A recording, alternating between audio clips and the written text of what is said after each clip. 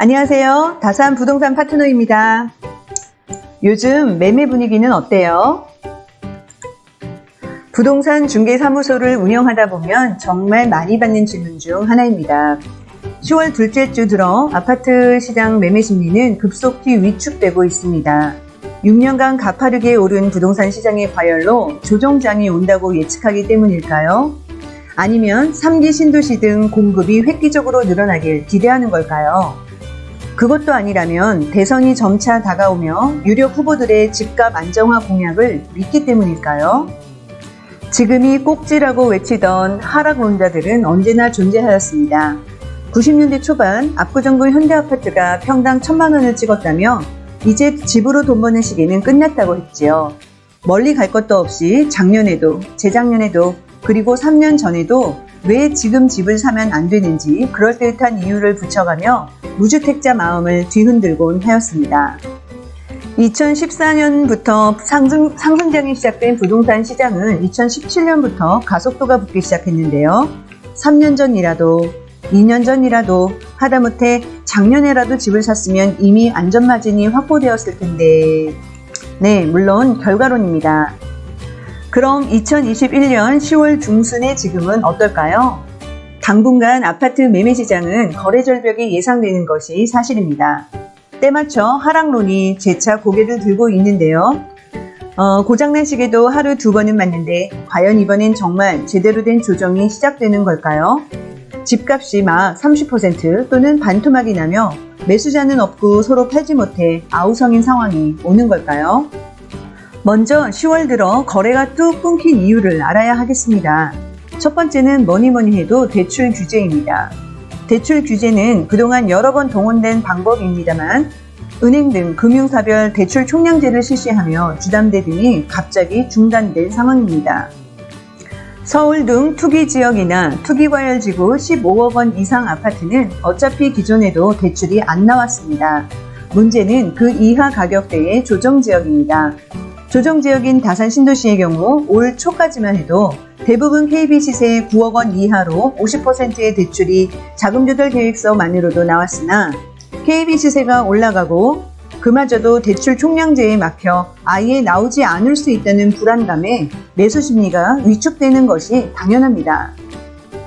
여기에 지난 8월 초 여당이 당론으로 채택한 1가구 1주택 양도소득세 비과세 기준 12억 원 상향 입법안의 최종 발표가 늦어지며 추가적인 영향을 주고 있습니다. 기존에는 1주택자라면 9억 원까지 비과세여서 다산 신도시 대부분 아파트는 세금을 한 푼도 내지 않았는데 시세가 올라가며 매도가에 따라 수천만 원의 양도소득세가 발생하게 된 것입니다. 그런데 12억 원으로 기준선이 변경되면 다시 양도소득세가 면제됩니다. 다산 신도시 대부분의 단지가 전용면적 8사 기준 9억 원대에서 12억 원 사이의 시세가 형성되어 있으므로 매도자 입장에서는 기준선 변경 후 매도하고 싶어하는 것이 당연합니다. 실제로 저희 사무실에서도 이로 인한 잔금일에 대한 이견으로 매매 계약이 틀어진 케이스가 몇 번 있었으니까요. 자, 다시 한번 심플하게 정리해 보겠습니다. 예를 들어 11억 원인 다산 신도시 8사 아파트를 팔고 싶어 하는 사람과 사고 싶어 하는 사람이 연결되었습니다. 그런데 매수자는 현금이 6억 원 정도가 있고 나머지는 대출을 받아야 합니다. 갑자기 정부에서도 은행에서도 대출이 안 나올 수 있다고 겁을 줍니다. 매도자는 매도자대로 11억 원에 팔면 실거주 1주택자임에도 수천만 원의 양도소득세를 내야 합니다. 조금만 더 기다려 법안이 최종 통과되면 그 돈을 아낄 수 있습니다. 서로 같은 물건을 사고 싶어하고 팔고 싶어하는 것에 대한 의견이 통일되었음에도 양쪽 다 쉽게 도장을 찍지 못하는 아이러니한 상황이 펼쳐지게 된 것입니다. 당연히 거래량이 줄어듭니다. 어김없이 소위 말하는 해째충이 등장합니다. 해째충은 결과가 나온 뒤 내가 떨어진다 했제, 내가 조정 온다 했제, 내가 기다리라 했제 등등 자신의 예언을 과시하는 사람들을 비하하는 비속어입니다. 어쨌든 지금의 팩트는 그렇습니다. 그런데 참 이상한 일입니다. 거래량은 줄어든 것이 맞는데 호가는 그대로입니다. 도무지 내려갈 기미가 안 보입니다. 강남 최상위권 입지의 아파트 단지들은 신고가가 나오고 잠실 엘스도, 파크리오도, 송파 헬리오시티도, 여타 재건축 단지들도 자꾸만 가격이 올라갑니다. 원래 대출이 안 나오는 서울 아파트들은 논외로 친다 하더라도 직접적인 영향을 받는 다산 신도시의 경우는 다음과 같은 이유가 있습니다. 우선 양도소득세 비과세 기준 상향이 연내 국회를 통과할 가능성이 높습니다. 홍남기 경제부총리 겸 기획재정부 장관은 지난 6일 국정감사에서 양도세 기준 상향을 국회와 논의하겠다고 밝힌 바 있으며 11월에 예정된 국회 기획재정위원회 조제소위에서 논의될 예정입니다. 두 번째로 대출 총량제는 올해 말까지입니다. 12월 31일이 지나면 다시금 주담대가 실행될 가능성이 아주 높습니다. 왜냐하면 연초에는 다시 총량제가 시작되고 은행별 대출 자금에 여유가 생길 것이고 대선을 앞두고 무조건적인 규제로 가기에도 무리가 있어 보입니다. 은행 및 금융업 일선에 제가 직접 알아본 바에 의하면 지금도 주담대 한도가 남아있는 곳이 은행별 지점별로 있습니다.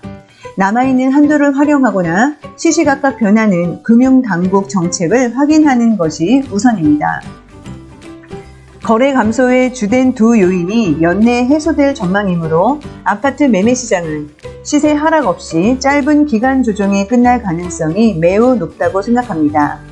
다만 불확실성이 제거되기까지 심리 위축은 이어질 것 같습니다. 즉 계약 후 잔금 기간까지의 시간차를 고려하면 다음 달쯤이면 매매 시장은 다시 활기를 띠기 시작할 것으로 예상합니다. 부동산 시장은 주변의 실물 경제 상황과 톱니바퀴처럼 맞물려 유기적으로 움직이는 살아있는 생명체와도 같습니다. 집을 사고 파는 행위는 각자의 다음 포지션이 있기 때문인데 근시안적 단기 대응보다는 큰 그림을 그리고 전략을 세운 후 대응하는 자세가 필요하겠습니다. 언제든지 편안하게 연락주세요. 당신의 든든한 파트너가 되겠습니다. 오늘 준비한 소식은 여기까지예요. 다음에 또 뵙겠습니다. 감사합니다.